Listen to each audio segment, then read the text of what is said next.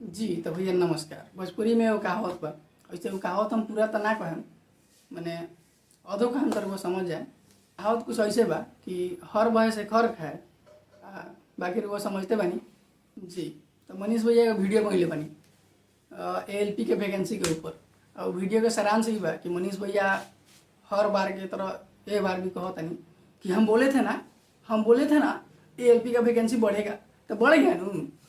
जैसे एकरा पहले कहत रहनी कि सरकार के बारे में कि हम बोले थे ना सरकार गिरा देंगे, तो गिर गया नू।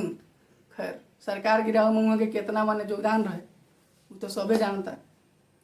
तो ये वाला मुद्दा पर एक बात करल जाए। फिलहाल एएलपी पर फोकस कर जाए। हाँ तो आगे वीडियो में मनीष भैया कहतनी कि अब सीट बढ़ गया है, तो जो लोग प्रोटेस्ट के टाइम पर हमको गाली दे रहे थे वो लोग अब हमको श्रेय देंगे। भैया काहे देंगे ना, मने काहे देंगे। ऐसा तो है नहीं कि आप मैंने रेलवे मंत्रालय में गए वैष्णव जी से बोले कि भैया सीटों बढ़ा दिया जाए, तो इको सा तो बढ़ा दिया जाए महाराज। ना हम यूट्यूब वीडियो में बोल दिए हैं कि सीट बढ़ेगा, तो बढ़ाना तो पड़ेगा नू है। तब जो है वैष्णव जी सीट बढ़ा दिया। ऐसा है क्या भैया? नहीं ना है। अगर ऐसा है तो रेलवे मंत्रालय से को ट्वीट करवा दीजिए, चाहे वैष्णव जी से कहवा दीजिए कि मनीष कश्यप जी के मेहनत की वजह से, उनके कहने की वजह से जो है हम सीट बढ़वा दिए हैं, तब रउरा के श्रेय दिया जाए ना जी। एएलपी के सीट बढ़ल बा, ओके लेके हमने बहुत खुश बनी सन। रेलवे मंत्रालय के बहुत बहुत धन्यवाद बा होला। वैष्णव जी के बहुत बहुत धन्यवाद बा कि वहाँ के स्टूडेंट लोग के बात सुननी ना जी, वहाँ के प्रॉब्लम समझनी स्टूडेंट लोग के और ऊपर काम करनी। वो बात अलग बा कि ये बात सुनावे खतरा यहाँ तक के बात से मैंने काम पहुँचावे खतरा स्टूडेंट लोग को प्रोटेस्ट करे के पड़ल बहुत दिन तक, बहुत सारा चीज़ बा से सहे के पड़ल, लेकिन फिर भी आदमी खुश बा चीज़ से। रेलवे मंत्रालय के चीज़ ला धन्यवाद करता। बस अब इतने कहल जाता कि मैंने एग्जाम सही टाइम पर सही से हो जाए। बाकी बात मनीष भैया तो रउरा तो महाराज वो आदमी बानी जो प्रोटेस्ट के टाइम पर लड़का सबके साथ देवे के बजाय रउरा लड़का सन के प्रोटेस्ट के बारे में अफवाह फैलावत रहनी। मैंने रउरा नियर बयान और केहू के ना सुने के मिले। अरे महाराज लड़का सब रउर मांग काहे करते रहो सन?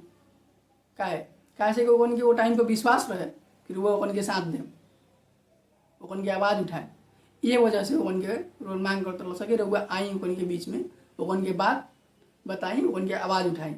लेकिन रउआ प्रोटेस्ट के बारे में अफवाह उड़ाव लगनी कि विपक्षी नेता आ गया है, तो व्हाट्सएप के चैट वायरल हो रहा है, तो हई ना आज जो है श्रेय मांग रहे हैं। बाकी टीचर लोग के बारे में रोज जवाब हम का दी, टीचर लोग खुदे देता है कि श्रेय लेवे के रोज आदत बहुत पुरान बा। सरकार गिरल तो यहाँ के साफ हो हला कोई नहीं कि हम सरकार गिरा दिए, बोले थे कि सरकार गिरेगा, गिर गया।